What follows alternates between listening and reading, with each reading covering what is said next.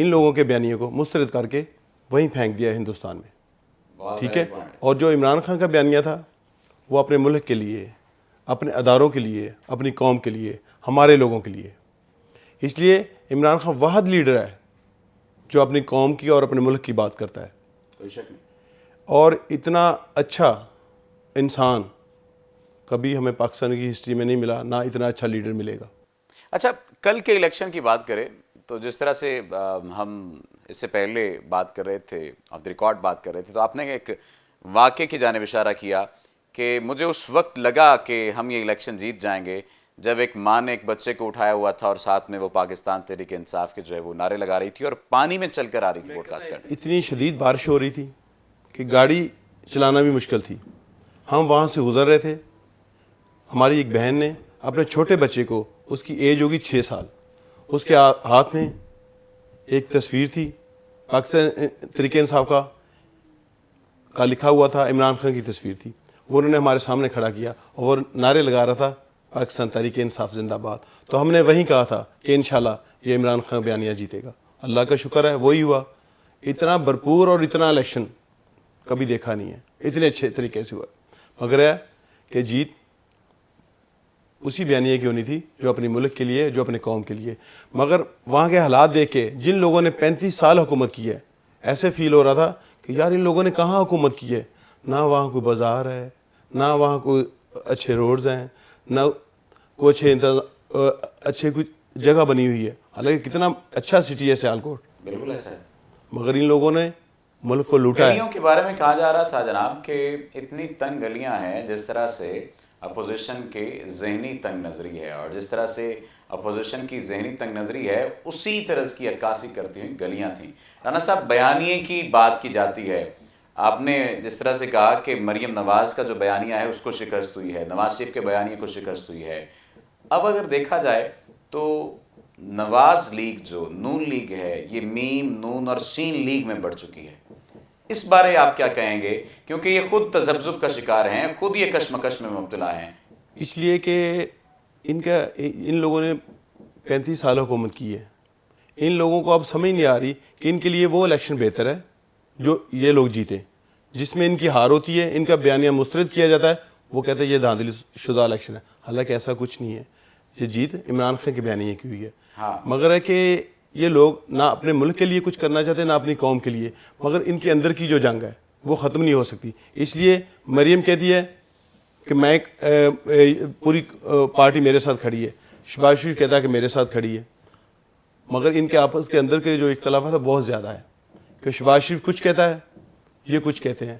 یہ ایک پیج پہ اکٹھے نہیں ہو سکتے. انشاءاللہ بہت جلد ہوگا جب اس میں سے شین لیگ نکلے گی، اور نکل آئی ہے.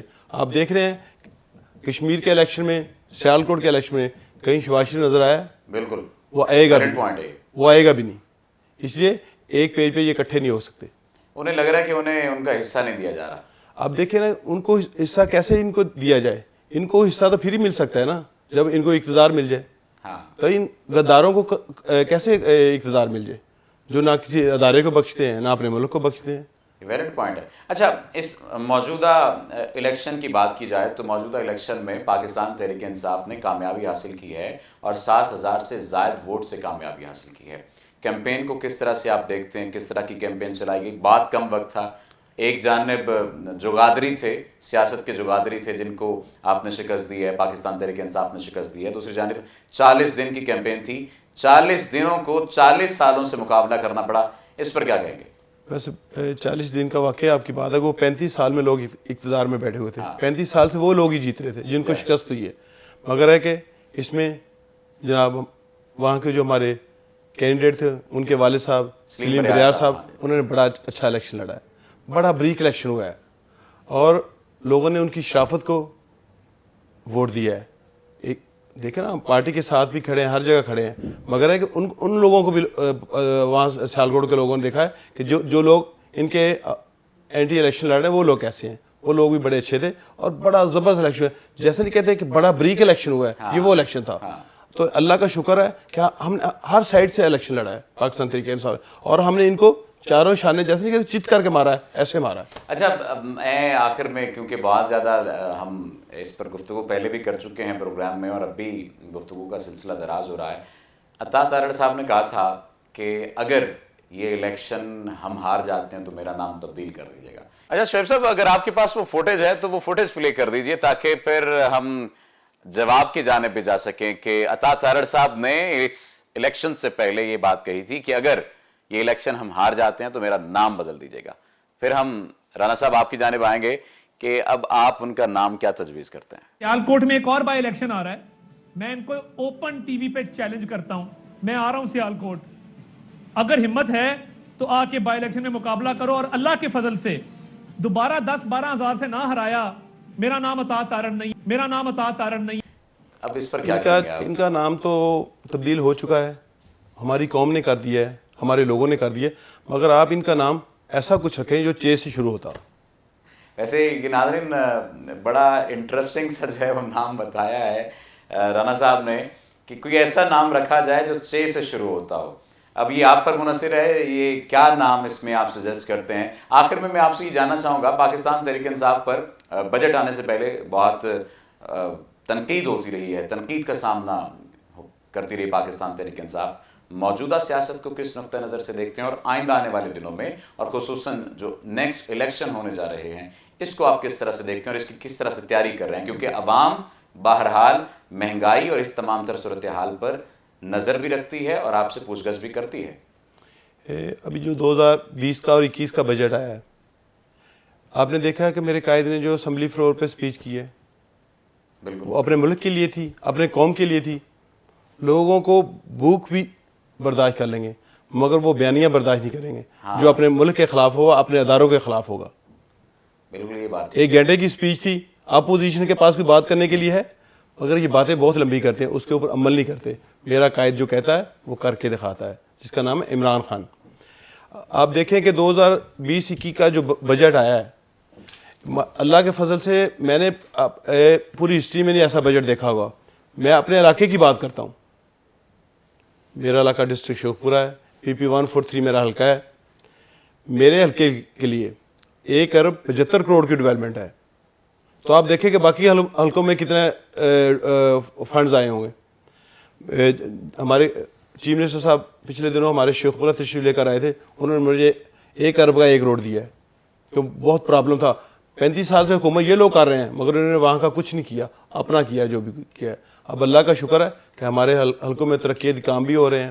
اب مہنگائی کی بات کر رہے تھے، دیکھیں نا اگر ذمہ دار مہنگائی کہے تو نہیں کہنا بنتی کہ ہم لوگ بھی ذمہ دار ہیں.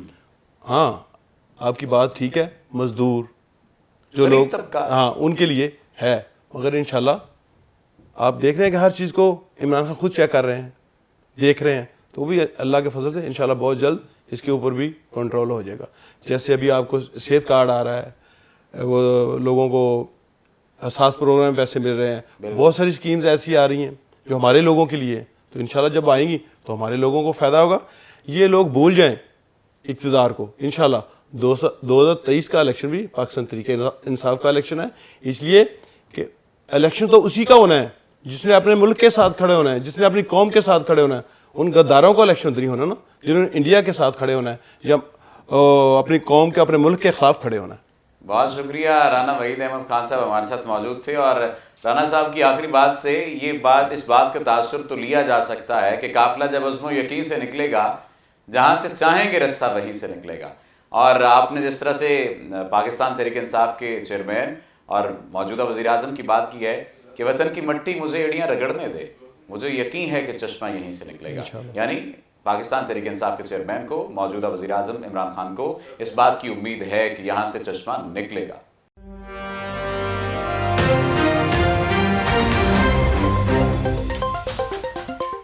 ناظرین، رات سیالکوٹ میں پی ٹی آئی کی شاندار اور تاریخی کامیابی کے بعد پارٹی کارکنوں نے جشن منایا اور فضائیں کپتان زندہ باد کے نعروں سے گونجتی رہیں. پی ٹی آئی کے کامیاب ہونے والے امیدوار چودھری احسن بریار نے انہیں شاندار کامیابی دلانے پر شکریہ ادا کیا. ان کا کیا کہنا تھا، آئیے جانتے ہیں.